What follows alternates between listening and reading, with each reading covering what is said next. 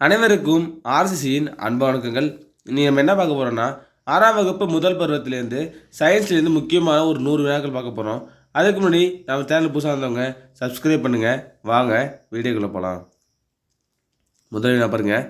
உணவில் உள்ள வேதிப்பொருட்களின் அடிப்படையில் சத்து பொருட்களை எத்தனை வகைகளாக பிரிக்கலாம்? 6 வகைகளாக பிரிக்கலாம். அடுத்து பாருங்கள். கார்போஹைட்ரேட்டை விட அதிக ஆற்றல் தரக்கூடியது எது? கொழுப்பு. கார்போஹைட்ரேட்டை விட அதிக ஆற்றல் தரக்கூடியது கொழுப்பு. அடுத்தது, அதிகமான புரதம் உள்ள உணவு எது? சோயாபீன்ஸ். அதிகமான புரதம் உள்ள உணவு சோயாபீன்ஸ். 4வது வினா. உடல் வளர்ச்சி மற்றும் செல் பழுது பார்த்தல் போன்ற பல்வேறு விதமான உடல் செயல்களுக்கு பயன்படுவது எது? புரதம். உடல் வளர்ச்சி மற்றும் செல் பழுது பார்த்தல் போன்ற பல்வேறு விதமான உடல் செயல்களுக்கு பயன்படுவது புரதம். 5வது வினா பாருங்க. பாதுகாக்கும் உணவுகள் என்று அழைக்கப்படுவது எது? வைட்டமின் மற்றும் தாதுப்புகள். பாதுகாக்கும் உணவு எதுனா வைட்டமின் மற்றும் தாதுப்புகள். அடுத்து 6வது வினா பாருங்க. நீரில் கரையும் வைட்டமின்கள் எது? பி மற்றும் சி. நீரில் கரையும் வைட்டமின் எதுனா பி மற்றும் சி. அடுத்தது, கொழுப்பில் கரையும் வைட்டமின் எது? ஏ, டி, இ, கே. இந்த வைட்டமின்லாம் கொழுப்பில் கரையும். அடுத்த வினா பாருங்க. வைட்டமின் ஏ குறைபாட்டால் ஏற்படும் நோய் எது? மாலைக்கண் நோய், அதாவது நிக்டலோஃபியன்னு சொல்லுவாங்க.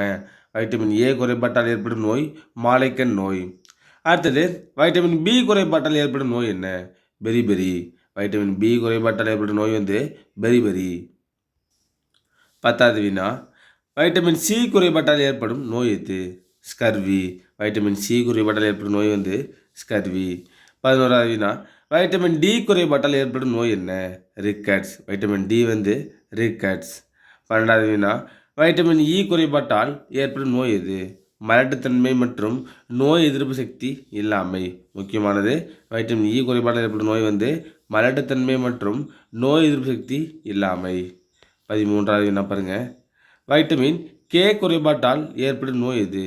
அதிகப்படியான இரத்த கசிவு. வைட்டமின் கே குறைபாட்டால் ஏற்படும் நோய் அதிகப்படியான இரத்த கசிவு. அடுத்து என்ன பாருங்க. நெல்லிக்கனிகளில் ஆரஞ்சு பழங்களை விட எத்தனை மடங்கு அதிக வைட்டமின் சி காணப்படுகிறது? 20 மடங்கு வைட்டமின் சி இருக்குது. அடுத்த வினா. ஹீமோகுளோபின் உற்பத்தி மற்றும் மூளை வளர்ச்சிக்கான தாது உப்பு எது? இரும்பு சத்து. ஹீமோகுளோபினாலே இரும்பு சத்து தான். அடுத்த வினா பாருங்க. தைராய்டு ஹார்மோன் உற்பத்திக்கு பயன்படும் தாது உப்பு எது? அயோடின். தைராய்டு ஹார்மோன் உற்பத்திக்கு பயன்படும் தாது உப்பு அயோடின். அடுத்து வினா பாருங்க. உடல் செயல்பாடுகள் மற்றும் வளர்ச்சியை ஒழுங்குபடுத்த எதனுடைய பணி? தாதுப்பு. 18வது வினா. உலக அளவில் எத்தனை சதவீதம் முருங்கைக்கீரை உற்பத்தி இந்தியாவில் நடைபெறுகிறது? 80%. உலக அளவில் எத்தனை சதவீத முருங்கைக்கீரை உற்பத்தி இந்தியாவில் நடைபெறுதுன்னா 80%. 19வது வினா. முகம், கால்களில் வீக்கம் மற்றும் உப்பிய வயிறு இந்த புரத குறைபாடு எதற்கான அறிகுறி? குவாஷியர்கர். அடுத்த வினா. மெலிந்த உடல் அல்லது தசைகள் இந்த புரத குறைபாடு எதற்கான அறிகுறி? மராஸ்மஸ். அடுத்த வினா பாருங்க. கால்சியம் குறைபாட்டால் ஏற்படும் நோய் எது? ரிக்கட்ஸ். கால்சியம் குறைபாட்டால் ஏற்படும் நோய் ரிக்கட்ஸ். அடுத்த வினா. பாஸ்பரஸ் குறைபாட்டால் ஏற்படும் நோய் எது? ஆஸ்டியோமலேசியா. பாஸ்பரஸ் குறைபாட்டால் ஏற்படும் நோய் ஆஸ்டியோமலேசியா. அடுத்த வினா. அயோடின் குறைபாட்டால் ஏற்படும் நோய் கிரிட்டினிசம். இது குழந்தைகளில். அயோடின் குறைபாட்டால் ஏற்படும் நோய் கிரிட்டினிசம் குழந்தைகளில். இது பெரியவர்களில் காய்டர். அடுத்த வினா. இரும்பு சத்து குறைபாட்டால் ஏற்படும் நோய் எது? இரத்த சோகை. இரும்பு சத்து குறைபாட்டால் ஏற்படும் நோய் இரத்த சோகை. 25வது வினா பாருங்க. ஓஆர்எஸ் என்பது விரிவாக்கம் என்ன? Oral rehydration solution. ஓஆர்எஸ் என்பதன் விரிவு ஓரல் ரீஹைட்ரேஷன் சொல்யூஷன். 26வது வினா. பாக்டீரியா என்பவை மிக சிறிய எந்த வகை நுண்ணுயிரி? புரோகேரியாட்டிக். பாக்டீரியா என்பவை மிக சிறிய புரோகேரியாட்டிக் நுண்ணுயிரி. அடுத்த வினா. ஒரு வைரஸ் டிஎன்ஏவுக்கு பதிலாக ஆர்என்ஏவை பெற்றிருந்தால் அதற்கு என்ன பெயர்? Retro virus. ஒரு வைரஸ் டிஎன்ஏக்கு பதிலாக ஆர்என்ஏ பெற்றுச்சுன்னா அது என்னது? Retro virus. இதுக்கு எடுத்துக்காட்டு எய்ட்ஸ். அடுத்த வினா பாருங்க. வைரஸினால் உருவாக்கப்படும் நோய்கள் எது? சாதாரண சளி, இன்ஃப்ளூயன்சா, கல்லீரல் ஒவ்வாமை, இளம்பிள்ளவாதம், சின்னம்மை, பெரியம்மை, தட்டம்மை. இது ஏன் ஃபுல்லாக கொடுத்துருக்கேன்னா, இதில் 3லேருந்து ஒன்று கொடுத்து ஒரு நோய் மட்டும் பாக்டீரியா கொடுத்துருவாங்க. அதை கண்டுபிடிக்க சொல்லுவாங்க. அதை மட்டும் நல்லா பார்த்துங்க. இது எல்லாமே வைரஸ்னால் உருவாகிறது. அடுத்த வினா பாருங்க. பாக்டீரியாவால் ஏற்படும் நோய் பாருங்க. காலரா, நிமோனியா, டெட்டனஸ், காசநோய், டைஃபாய்டு. இதெல்லாம் பாக்டீரியாவால் ஏற்படும் நோய். அடுத்த வினா பாருங்க.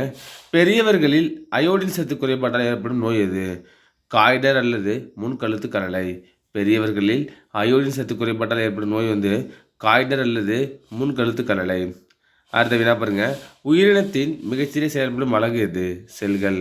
உயிரினத்தின் மிகச்சிறிய செயல்படும் அலகு செல்கள். அடுத்த வினா. ஒரு செல் கொண்ட உயிரிகள் எது? பாரமீசியம், அமீபா, கிளாமிடமோனஸ், யூக்ளினா.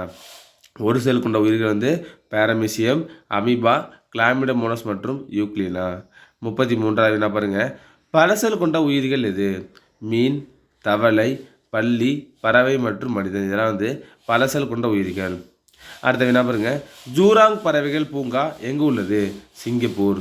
ஜூராங் பறவைகள் பூங்கா எங்கே இருக்குன்னா சிங்கப்பூர். அடுத்தது அமீபாவின் கழிவு நீக்கம் எதன் மூலம் நடைபெறுகிறது? சுருங்கும் நுண்குமிழ்கள். அமீபாவின் கழிவு நீக்கம் சுருங்கும் நுண்குமிழ்கள் மூலம் நடைபெறுகிறது. அடுத்த வினா பாருங்க. அமீபா எதன் மூலம் இடப்பெயர்ச்சி செய்கின்றன? போலிக்கால்கள். அமீபா எதன் மூலம் இடப்பெயர்ச்சி செய்யுதுன்னா போலிக்கால்கள். 37வது வினா பாருங்க. பாரமீசியம் எதன் மூலம் இடப்பெயர்ச்சி செய்கின்றன? குறியிலை. பாரமீசியம் குறியிலை மூலம் இடப்பெயர்ச்சி செய்கிறது. அடுத்த வினா.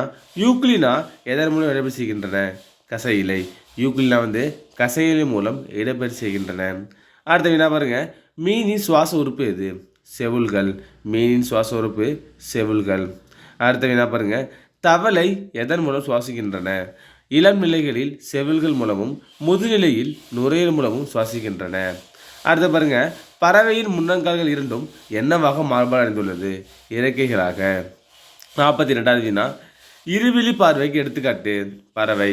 இருவிழி பார்வைக்கு எடுத்துக்காட்டு பறவை. 43வது வினா பாருங்க. தமிழ்நாட்டில் காணப்படும் பறவைகள் சரணாலயங்கள்? வேடந்தாங்கல், கோடியக்கரை, கூடங்குளம். இதெல்லாம் தமிழ்நாட்டில் காணப்படும் பறவைகள் சரணாலயம். 44வது வினா. குளிர்கால உறக்கத்துக்கு எடுத்துக்காட்டு? ஆமை. குளிர்கால உறக்கத்துக்கு எடுத்துக்காட்டு ஆமை. அடுத்தது கோடைக்கால உறக்கத்துக்கு எடுத்துக்காட்டு? நத்தை. குளிர்காலம்னா ஆமை, கோடைக்காலம்னா நத்தை. அடுத்த வினா பாருங்க. பாலைவன கப்பல் என்று அழைக்கப்படுவது எது? ஒட்டகம். பாலைவன கப்பல் எதுனா ஒட்டகம். 47வது வினா. நமது மாநில விலங்கு எது? நீலகிரி வரையாடு. மாநில விலங்கு நீலகிரி வரையாடு. அடுத்தது கங்காரு எலி வசிப்பது எங்கு? பாலைவன வாழிடம். கங்காரு எலி ஒரு பாலைவன வாழிடம். அடுத்த வினா பாருங்க. இருவித்திலை தாவரங்களில் எவ்வகை வேர் காணப்படுகிறது? ஆணிவேர். இருவித்திலை தாவரங்கள் ஆணிவேர் காணப்படுகிறது. அடுத்தது இருவித்திலை தாவரத்திற்கு எடுத்துக்காட்டு பாருங்க. அவரை, மா, வேம்பு. இருவித்திலை தாவரத்துக்கு எடுத்துக்காட்டு அவரை, மா, வேம்பு. 51வது வினா பாருங்க. ஒருவித்திலை தாவரங்களில் எவ்வகை வேர் காணப்படுகிறது? சல்லிவேர். ஒருவித்திலையில் சல்லிவேர் காணப்படுகிறது. அடுத்தது ஒருவித்திலை தாவரத்திற்கு எடுத்துக்காட்டு தருக. நெல், புல், மக்காச்சோளம். 53வது வினா. வேர்கள் நேர் புவி நாட்டம் உடையவை. வேர்கள் நேர் புவி நாட்டம் உடையவை. அடுத்தது பாருங்க. தண்டு நேர் ஒளி நாட்டம் உடையவை. வேர்கள் நேர் புவி நாட்டம், தண்டு நேர் ஒளி நாட்டம். அடுத்த வினா பாருங்க. உணவை தண்டில் சேமித்து வைக்கும் தாவரங்களுக்கு எடுத்துக்காட்டு? கரும்பு, பீட்ரூட், இஞ்சி, கேரட். இதெல்லாம் உணவை தண்டில் சேமித்து வைக்கும் தாவரங்கள். அடுத்து பாருங்க. நீராவி போக்கு எதன் வழி நடைபெறுகிறது? இலைத்துளை, அதாவது ஸ்டொமட்டான்னு சொல்லுவாங்க. நீராவி போக்கு எத்தனை வழி நடைபெறுகிறதுனா இலைத்துளை வழியாக. அடுத்த வினா பாருங்க. எந்த தாவரத்தின் இலைகள் 3 மீட்டர் விட்டம் வரை வளரும்? விக்டோரியா, அமோசோனிகா. அடுத்த வினா. பூக்கும் தாவரத்திற்கு எடுத்துக்காட்டு தருக. சூரியகாந்தி. பூக்கும் தாவரத்திற்கு எடுத்துக்காட்டு சூரியகாந்தி. அடுத்த வினா. பூவா தாவரத்திற்கு எடுத்துக்காட்டு? ரெக்ஸியா. பூவா தாவரத்திற்கு எடுத்துக்காட்டு ரெக்ஸியா. 60வது வினா. ஆஞ்சியோஸ்பெர்முக்கு எடுத்துக்காட்டு? ஆஞ்சியோஸ்பெர்ம்னா மூடிய விதை. அதுக்கு எடுத்துக்காட்டு மாம்பழம். அடுத்த வினா பாருங்க. ஜிம்னோஸ்பெர்ம், அதாவது திறந்த விதைக்கு எடுத்துக்காட்டு தருக. சைகஸ். மூடிய விதைனா மாம்பழம், திறந்த விதை எடுத்துக்காட்டு சைகஸ். அடுத்த வினா பாருங்க. உலகின் மிக நீளமான நதி எது? நைல் நதி. எத்தனை கிலோமீட்டர்னா 6650 கிலோமீட்டர். அடுத்தது இந்தியாவின் மிக நீளமான நதி எது? கங்கை நதி எவ்வளோனா 2525 கிலோமீட்டர். அடுத்த வினா பாருங்க, 470 மில்லியன் ஆண்டுகளுக்கு முன் உருவான நிலவாழ் தாவரங்கள் எது? மாஸ்கள் மற்றும் லிவர்வோட்ஸ்கள். 470 ஆண்டுகளுக்கு முன்னாடி உருவான நிலவாழ் தாவரம் வந்து மாஸ்கள் மற்றும் லிவர்வோட்ஸ்கள். அடுத்த வினா பாருங்க, அமேசான் மலைக்காடு எங்கு உள்ளது? தென் அமெரிக்கா.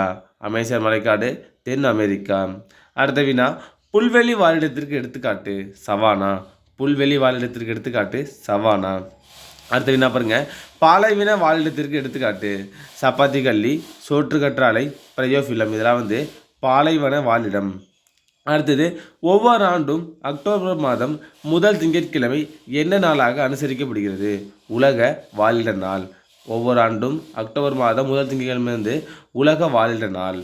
அடுத்த வினா பாருங்க, எதனுடைய சிற்றிலைகள் பற்று கம்பிகளாக மாற்றமடைந்துள்ளன? இனிப்பு பட்டாணி, அதாவது லத்தீரர் சொல்லுவாங்க. அடுத்தது, எதனுடைய கோணமுட்டு பற்று கம்பிகளாக மாற்றமடைந்துள்ளன? பாகற்காய். அடுத்த வினா, பின்னு கொடிக்கு எடுத்துக்காட்டு தருக? சங்குப்பூ, மல்லிகை. பின்னு கொடிக்கு எடுத்துக்காட்டு சங்குப்பூ, மல்லிகை. அடுத்த வினா, வளரும் பருவநிலையில் அதிவேகமாக வளரக்கூடிய தாவரம் வந்து மூங்கில். வளரும் பருவநிலையில் அதிவேகமாக வளரக்கூடிய தாவரம் வந்து மூங்கில். அடுத்தது, பருப்பொருளில் மிகச்சிறிய துகள் அணு. பருப்பொருளில் மிகச்சிறிய துகள் அணு. அடுத்த வினா பாருங்க, பருப்பொருட்களில் உள்ள சிறிய துகளை பரமாணு என்று அழைத்தவர் யார்? இந்திய தத்துவ மேதை, கனடா. அடுத்தது பாருங்க, பருப்பொருட்களில் உள்ள சிறிய துகளை அட்டாமஸ், அதாவது அணு என்று அழைத்தவர் யாருன்னா கிரேக்க தத்துவ மேதை டெமோக்ராட்டிஸ். ரெண்டு முக்கியமானது, ரெண்டு பார்த்துங்க. அடுத்தது, அதிக அளவு அழுத்தத்திற்கு உட்படுவது எதுனா வாயு. அதிக அளவு அழுத்தத்திற்கு உட்படுவது வாயு. அடுத்த வினா பாருங்க, வாயுக்கள் நீர்மமாக மாற்றப்படுவதற்கு என்ன பெயர்? வாயுக்கள் நீர்மமாதல் என்று பெயர். அடுத்த வினா பாருங்க, கனமான பொருட்களிலிருந்து லேசான பொருட்களை பிரித்தல் வந்து தூற்றுதல். கனமான பொருளிலிருந்து லேசான பொருட்களை பிரிக்கிறது தூற்றுதல். அடுத்தது, நீர்மங்களில் கரைந்துள்ள திண்மங்களை பிரித்தல் என்ன பேர்னா கடைதல். முக்கியமானது, நீர்மங்களில் கரைந்துள்ள திண்மங்களை பிரித்தல் கடைதல். அடுத்தது, துணி துவைக்கும் இயந்திரத்தில் எந்த தத்துவம் பயன்படுகிறது? மைய விலக்கல். ஒரு முக்கியமானது, துணி துவைக்கும் இயந்திரத்தில் பயன்படும் தத்துவம் வந்து மைய விலக்கல். அடுத்த வினா பாருங்க, எந்த முறையில் குடிநீரில் உள்ள மாசுகள் நீக்கப்பட்டு சுத்திகரிக்கப்படுகிறது? எதிர் சவ்வூடு பரவல், அதாவது ரிவர்ஸ் ஆஸ்மாசிஸ். அடுத்த வினா பாருங்க, நேர்கோட்டு இயக்கத்திற்கு எடுத்துக்காட்டு தருக? தானாக கீழே விழும் பொருள். நேர்கோட்டு இயக்கத்திற்கு எடுத்துக்காட்டு தானாக கீழே விழும் பொருள். அடுத்த வினா பாருங்க, வளைவு பாதை இயக்கத்திற்கு எடுத்துக்காட்டு தருக? பந்தினை வீசுதல். வளைவு பாதைக்கு எடுத்துக்காட்டு பந்தினை வீசுதல். அடுத்த வினா பாருங்க, வட்டப்பாதை இயக்கத்திற்கு எடுத்துக்காட்டு? கயிற்றினை ஒரு முனையில் கல்லினை கட்டி சுற்றுதல். இது வந்து வட்டப்பாதை இயக்கத்திற்கு எடுத்துக்காட்டு. அடுத்தது, தற்சுழற்சி இயக்கத்திற்கு எடுத்துக்காட்டு தருக? பம்பரத்தின் இயக்கம். தற்சுழற்சி இயக்கத்திற்கு எடுத்துக்காட்டு பம்பரத்தோட இயக்கம். 86வது வினா, அலைவு இயக்கத்திற்கு எடுத்துக்காட்டு தருக? தனி ஊசல். அலைவு இயக்கத்திற்கு எடுத்துக்காட்டு தனி ஊசல். அடுத்தது, ஒழுங்கற்ற இயக்கத்திற்கு எடுத்துக்காட்டு தருக? ஈயின் இயக்கம். ஒழுங்கற்ற இயக்கத்திற்கு எடுத்துக்காட்டு வந்து ஈயின் இயக்கம். 88வது வினா பாருங்க, உசேன் போல்ட் 100 மீட்டர் தூரத்தினை எத்தனை வினாடிகளில் கடந்து உலக சாதனை படைத்தார்? 9.58 வினாடி. அடுத்தது, ஓடும் சிறுத்தையின் வேகம் என்ன? 112 கிலோமீட்டர் பர் ஹவர்.